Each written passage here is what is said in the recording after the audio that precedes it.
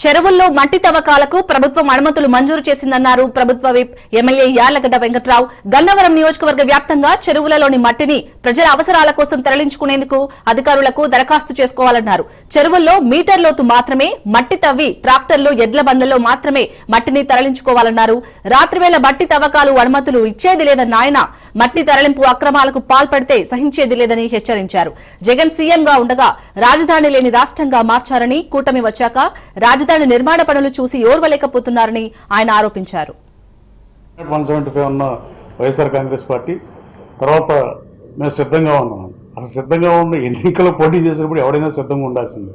సిద్ధంగా లేకుండా ఎన్నికలు ఉంటాయని నేనైతే అనుకోవట్లా. ఆ తర్వాత 151 సీట్లు ఇచ్చి పరిపాలించమంటే ఊరు వాడ రేట్లు తగ్గించి అమరావతి రాజధాని సర్వనాశనం చేద్దామని ఏకైక లక్ష్యంతో దాడి చేద్దాం అమరావతి మీదని అమరావతిని అంగుళం కూడా కదల్చలేకపోయాడు జగన్మోహన్ రెడ్డి గారు.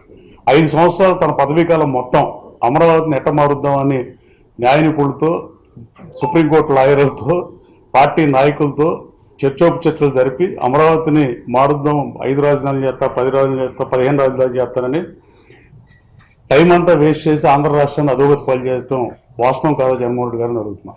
ఇవాళ మళ్ళా ప్రెస్ మీట్లు పెట్టి అలా మాట్లాడటం, మీరు శాసనసభకు రాపోవటం, మీరు కైలాన్ సిక్దర్ రాసిన రూల్ బుక్ అన్నా చదివితే బెటర్ అని నేను భావిస్తున్నా. 10% ఆఫ్ సీట్స్ అయితే పార్లమెంట్లో కానీ అసెంబ్లీలో కానీ ప్రతిపక్ష హోదా రాదనే విషయం మీకు తెలియదు అని అడుగుతున్నా. చంద్రబాబు నాయుడు గారు ప్రతిపక్ష హోదా తీసేస్తానని మీరు నాకు చెప్పిన మాట వాస్తవం కాదని అడుగుతున్నా.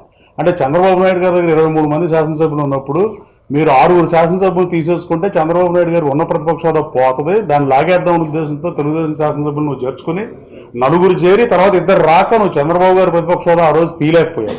ఆ రోజున హోదాకు ఉండాల్సిన రూల్స్ ఏంటో జగన్మోహన్ రెడ్డి గారికి సుస్పష్టంగా తెలుసు. కానీ నాటకం ఆడుతున్నాడని నేను భావిస్తున్నా. రూల్స్ తెలియకుండా 10% ఆఫ్ సీట్స్ తెలియకపోతే 6 ఎమ్మెల్యేలు ఆ రోజు తెలుగుదేశం పార్టీ నుంచి లాగుదామని ఆయన ట్రై చేయడు కదా. అదే పరిస్థితిలో ఇవాళ అసెంబ్లీలో మైక్ ఇవ్వలేదంటాడు. అసెంబ్లీకి రాకుండా మైక్ ఇవ్వడం ఎలా సాధ్యం అనేది సమాధానం చెప్పాల్సిన